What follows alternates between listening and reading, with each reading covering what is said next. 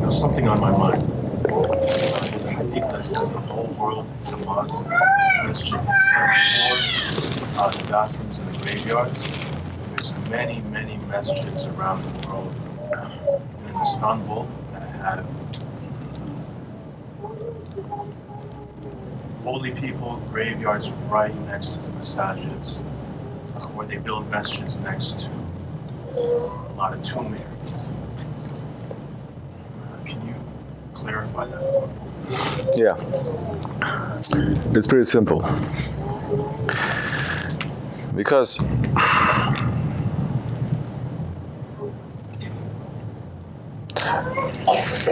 the study of a hadith, it is not according to what we read from it individually.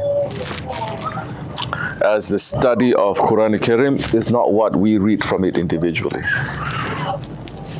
We understand the Quran through how the Sahabis and the Prophet understands the Quran Karim. If you go beyond that, even if it's a literal meaning of the Quran, it is wrong. Okay? Accept it? Like Quran Karim, literally it's saying pray 3 times in a day. 3 times. Quran is saying literally 3 times. It's not 5 times. That is according to our eyes that we read literally. According to the Prophet that the Quran came to it, it means 5 times. Now when you look at the ayat again through the eyes of the Prophet, you understand that it means 5 times. 3 times during the day, 2 times at night. It's talking about those 3 different parts of the day. It's not 3 times that you're praying. The same thing with the hadith. The hadith now, it is, hadith is words of the Prophet. Who best understands the words of the Prophet? The Sahabis. What they do, what they understand is what we follow. Once we say no, we understand only from our eyes reading what the hadith is saying and not what the the companions they did, then we're out of Ahl Sunnah and we're out of Islam. Okay? Now that hadith, for example, it's saying that the whole world is a masjid except for 4 places, and the bathroom, meaning the bathroom, and the grave. During the time of the Prophet ﷺ, the Prophet himself visited graves, and the Sahaba Kiram built tombs over the Prophet's grave, over other Sahabis' grave, and they spent days and nights in worship in those places too. That continued from the Sahabis to the Tabi'ins to the Tabi'ins. If we look at the periods of the Salaf, that is in contradiction to the literal meaning of the hadith. That means now the meaning of the hadith, it is not literal. If you look according to your eyes and it says, oh, it's literal, then it's right according to you, but it's not right according to the companions. Who knows the Prophet better? Also the companions. Would they make such a glaring mistake like that? They would not. Never they're going to make it. Because it's open. If we idiots of Akhir Zaman can figure it out, why didn't they figure it out for 1,500 years? So the meaning of that, there are places where prayer, it is forbidden.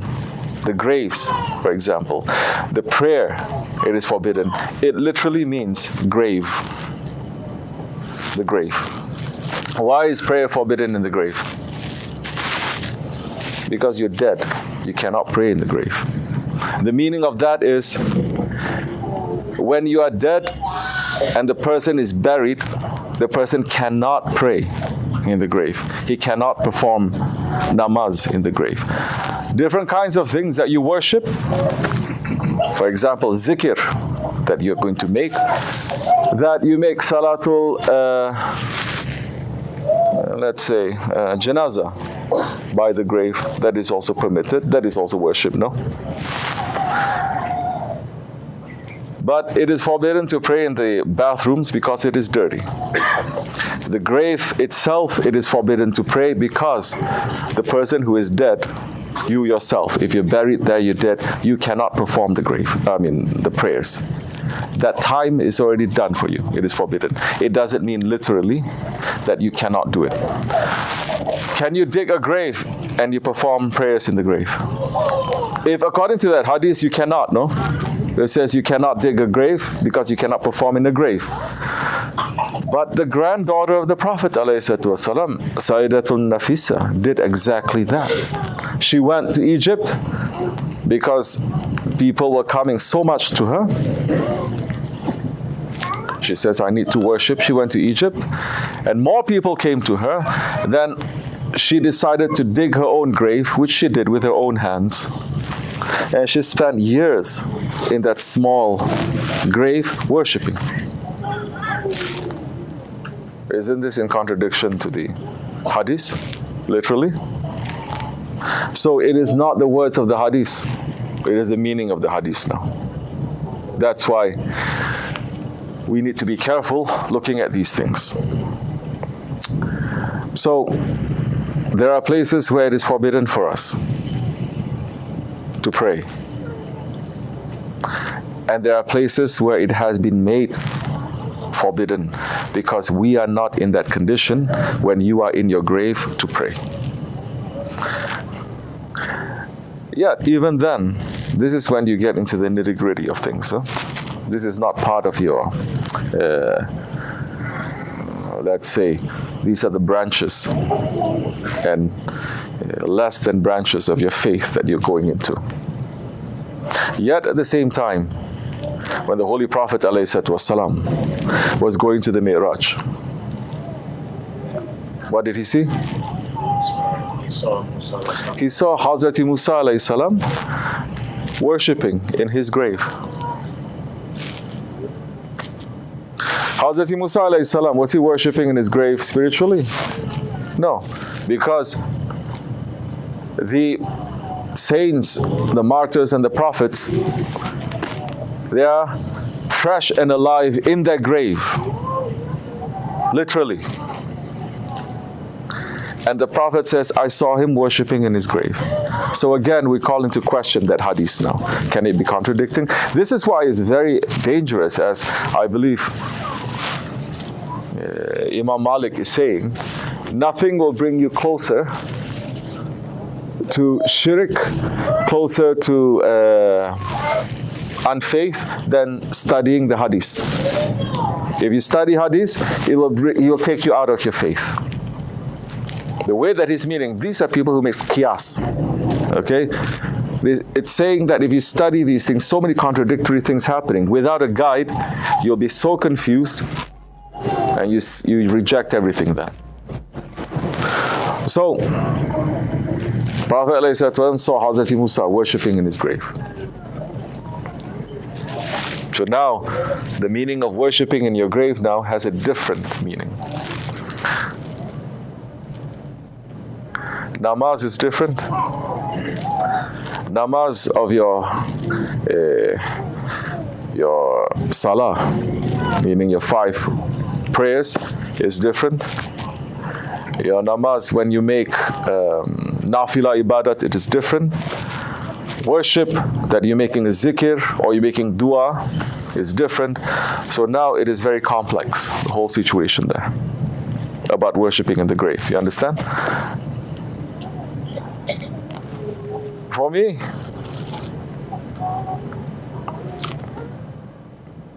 I'm looking, if these people have been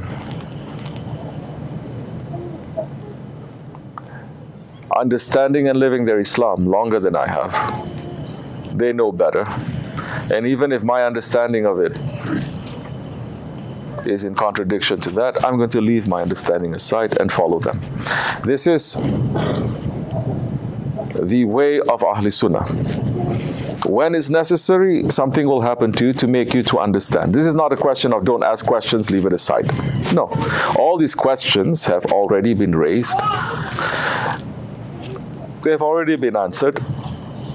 And people have moved on. They've cut us off from that kind of knowledge, and they've literally cut off the necks of the people who know this knowledge, so that now you cannot even go back to ask these questions. No one can give you a satisfactory answer, and you think that there is no answer. People are just fooling around with it.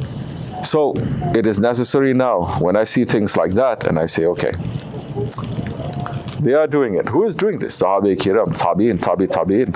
1,000 years they're doing this.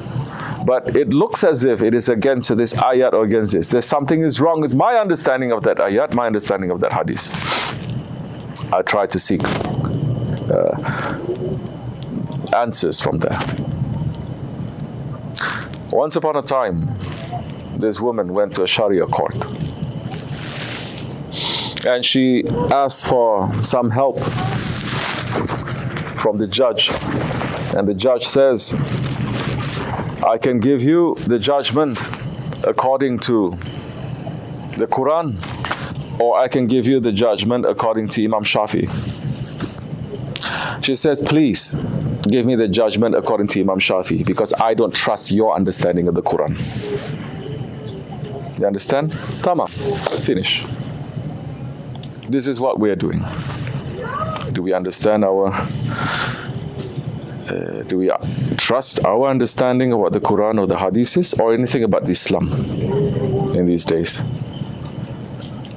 We hold on to the firm handhold, inshallah, to make us to understand. Sometimes you may not find a satisfactory answer. It's okay. Leave it. Like I said, this is a branches of a branches kind of thing. This is not part of your fundamental faith. You cannot find satisfactory answer. Leave it. It doesn't mean everything is wrong. It means that the question hasn't come, the answer hasn't come to you yet. Be patient a little bit. Not every question that we have should have an answer right away, 100%. Especially in this way now, they may be testing you. They may even give you the wrong answer to see whether you are intelligent and understanding enough and patient enough to wait. So that is how it is. Understand? In the prayer by the grave. Yes. At the same time, these are the things, especially when it concerns the grave. This is a very, very big thing. It's a non-issue for over 1400 years, but it's a very big issue in the days of Wahhabism. Anything connected to the grave is shirk. Anything connected to the grave is immediate, is a hot button topic. Shirk. You understand? Prophet forbid you going to the grave. Yes, there was a time Prophet forbid them to go to the grave. And then he said, now go to the grave. Finish. So what? Prophet can say one day it's okay, one day is not okay, one day is not okay, one day is okay. He has his reasons. Did he go to the grave? So many times. What, he went to the grave? He went there to speak. He used to go to the graves of his parents.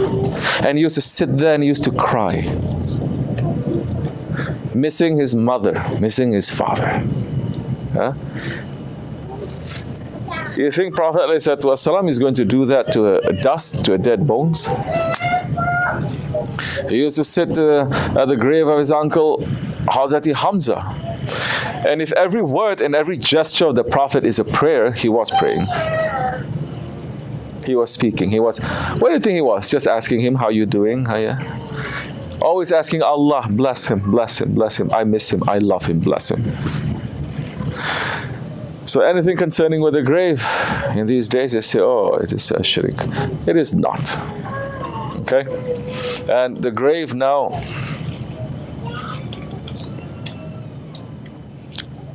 you see, you have to understand, the grave of a person who is a munafiq is different, the grave of a kafir is different.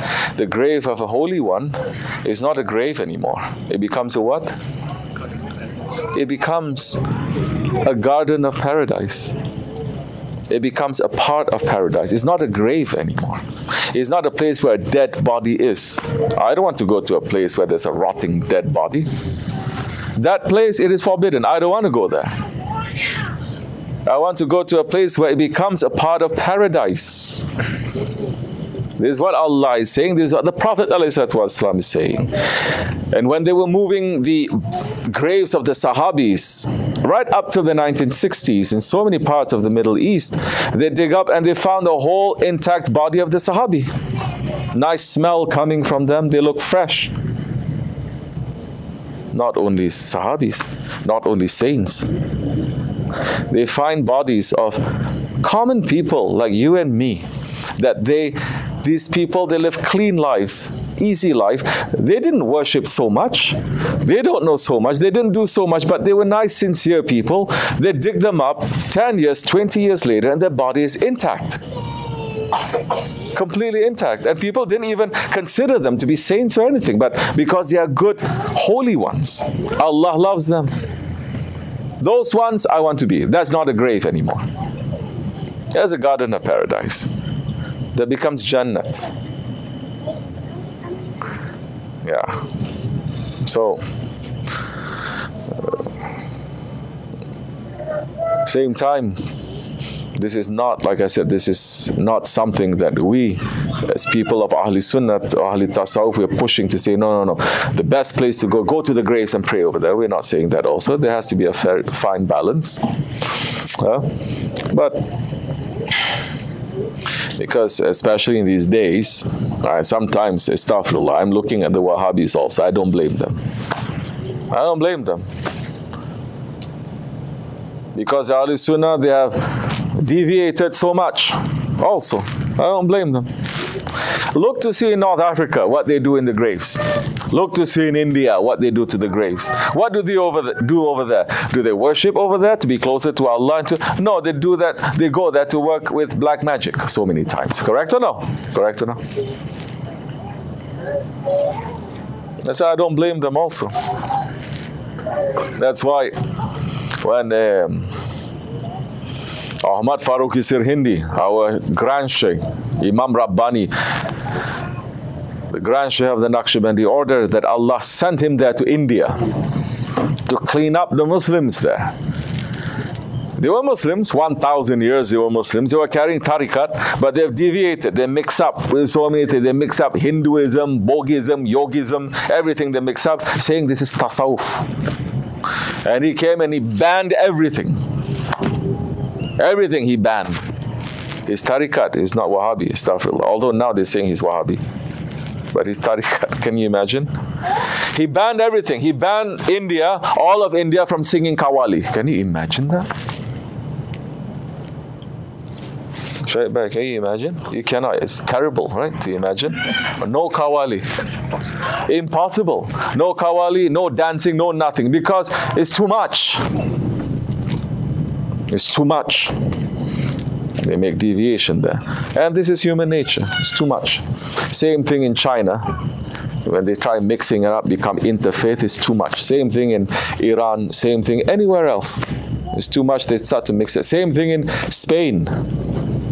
Ibn Arabi was there, in that land.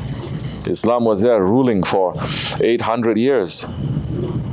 But when they deviate, Allah sends big smack to the Muslims, always. It's okay. So yeah, they go to graves and they do that. But that doesn't mean now that it is wrong to visit. The use is wrong. There's one famous debate that I read somewhere. It was between one Ahl Sunnah Imam and Ibn Taymiyyah. And they're talking about the issue of the grave, saying that yes, but then people abuse it. And it's like, yeah, but you use an example that I shouldn't be speaking openly like this, but it says you shouldn't blame the abuse of something to say that something is evil. Then what's going to happen to everyone? I was going to say. So, inshallah, we try to understand these things a little bit. We have maqam also upstate. Imagine how the Wahhabis would look at that. There's not even any physical body there.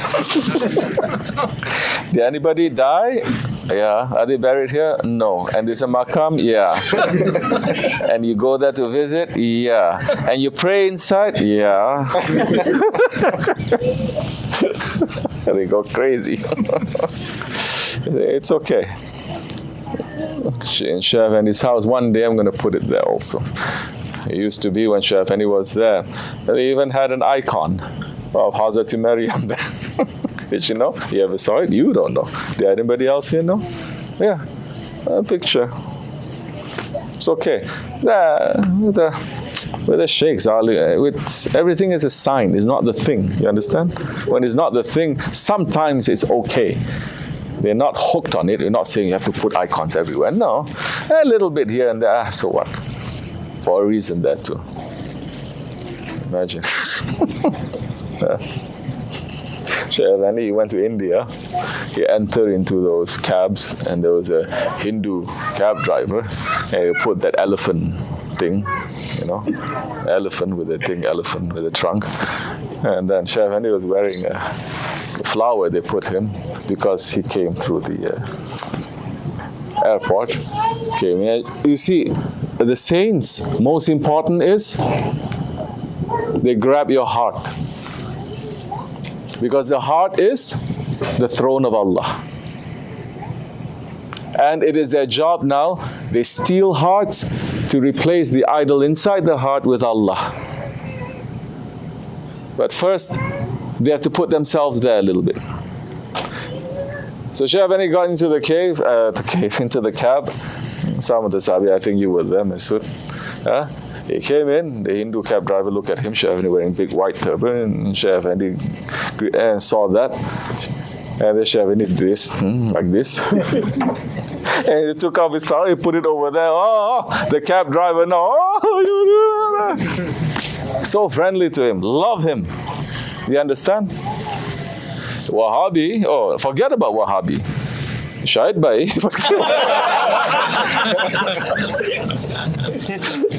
You see?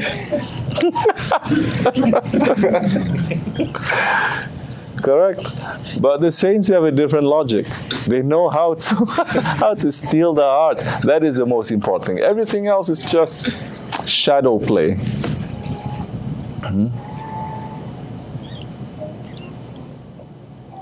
So he did that.